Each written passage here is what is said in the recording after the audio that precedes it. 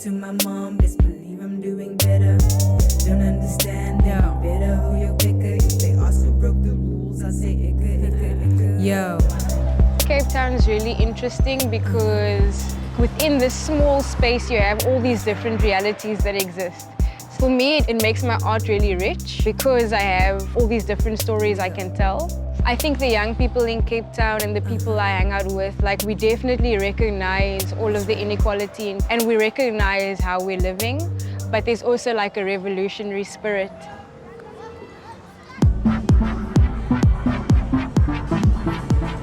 Everything moved really quickly for me when I started DJing. I discovered bass music, kind of more like the dubstep side of things. I used to go to parties on my own all the time. It's something that I would never do now, but I think I was just a bit fearless. Coming from London, my first thoughts of Cape Town are how stunning and picturesque everything is. I think it'll be really interesting to actually meet someone like Dope who grew up in the Cape Flats. And I just want to meet her with a completely open mind. That's what travelling as a DJ is all about. Hey! Hey, nice to meet you. Nice to meet you too. You're welcome to my lovely home. My dad. Nice to meet you. And Tulani. And this is my motorbike. This area is called the Cape Flats because it's flat land, it's like dead, barren land. During apartheid, people were designated different areas. In apartheid, there were racial categories: black, colored, white, Indian, and colored people are mixed race people. I'm aware that the word colored is a derogatory term in other countries, but what happened here is an identity grew from that, you know? So people actively identify as colored now because traditions formed, like a culture formed. Is there still like a sense of that Definitely, in Cape Town? definitely, I would say so. It was quite recent, really, wasn't it? It is. A lot of people say it wasn't recent, Yeah. but it's like 20 years is pretty recent. I mean, a lot of it's changing. Younger people who have better access can move out and like seek different opportunities for themselves. I've always been a fan of poetry, particularly like that revolutionary, like Maya Angelou and Toni Morrison type of thing. In my pre-teens, I was really obsessed with Lara Croft, Tomb Raider. I was just like mind blown by this badass woman riding motorbikes and just doing all these crazy things. While I was at university, I became a drag king, like just for a fun thing, like dressed up like a boy and explored like performance. I experienced like a whole lot of intersections of reality when it comes to my gender identity and my sexuality. So for me to like explore that in my music felt quite natural. I think the only thing that would surprise people is I play quite heavy music sometimes and I'm a really small little person. I started collecting music from quite early, but I never really had the concept in mind of wanting to be a DJ. I just really enjoyed music. Where me and Dope are quite similar, we both knew exactly what we wanted to do and we both had our hearts set on something and jumped in head first. So this is a record store and observatory, so we call it OBS. It's like a little hub here in Cape Town. It has a lot of different sounds, like obscure artists that you would never thought existed. When you were growing up, what were your parents playing and did it kind of inspire you? My mom listened to the Beatles and Cliff Richard. Okay. And then like my dad listened to a lot of classical music. But my first introduction to hip hop was Lauryn Hill, the Miseducation of Lauryn Hill, that iconic album. Probably one of my favorite albums. Yeah, like when I listened to that, I was like, what? Yeah. Like, mind blown. So have you heard of a genre called UK Garage? Yeah, I have. I mean, I've heard you guys talking about it. Yeah, that's what my mom listened to, and surprisingly, that's actually what I really like as well, and that's why I started DJing. So my mom was like a massive influence on what I play now, and I actually play like records that she would play when I was like 8, 9, in the car and stuff. So I played quite a lot of like eclectic sets, so I like to like, mix it up with something new. What inspired me was mainly the sort of purist DJs, so the DJs that weren't DJs and producers. And I just found them quite exciting because you never knew what they were going to play next, and they mixed things up really differently and really well, and it kind of like kept you on your toes and kept you really engaged.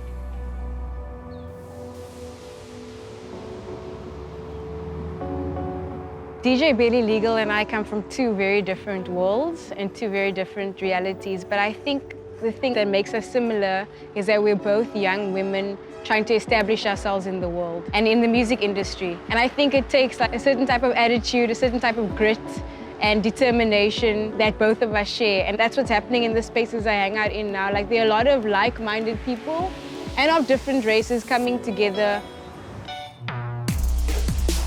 As a pure DJ, it's more about educating the crowd and showing them new sounds. And I think that's what the whole point of being booked abroad is, to play sounds that they wouldn't have heard before.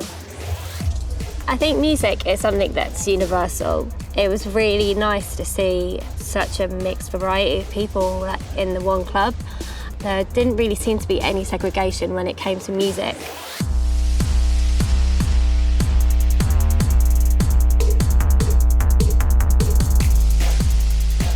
It was crazy how you can travel halfway across the world and just fit in. If you've got high energy behind the decks and you look like you're enjoying yourself, it bounces back on the crowd. And that's kind of how things work. People mirror each other.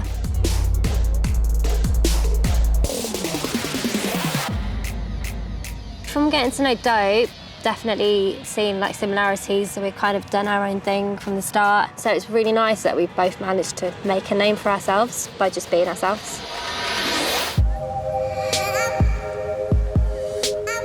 I want to introduce you to Razan. It's like an OG of the hip-hop scene here in Cape Town.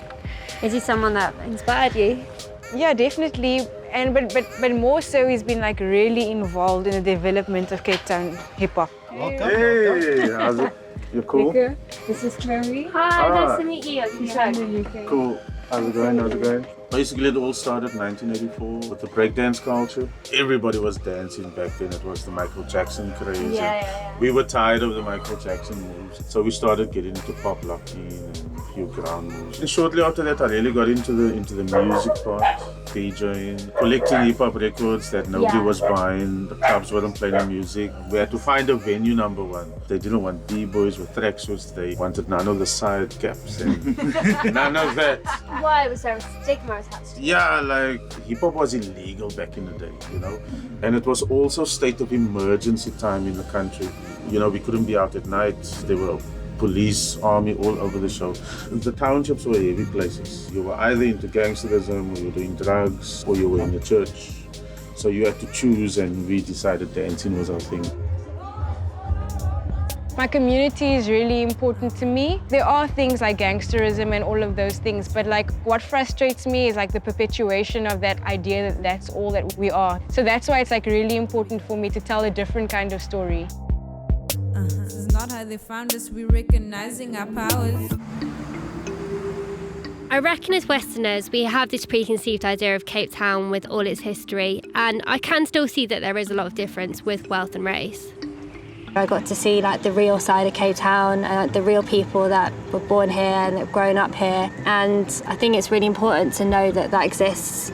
Because of the environment, like a lot of the time you can feel angry because like you're living in this crazy place here in Cape Town. It's really beautiful, but then there's all the struggle that's happening.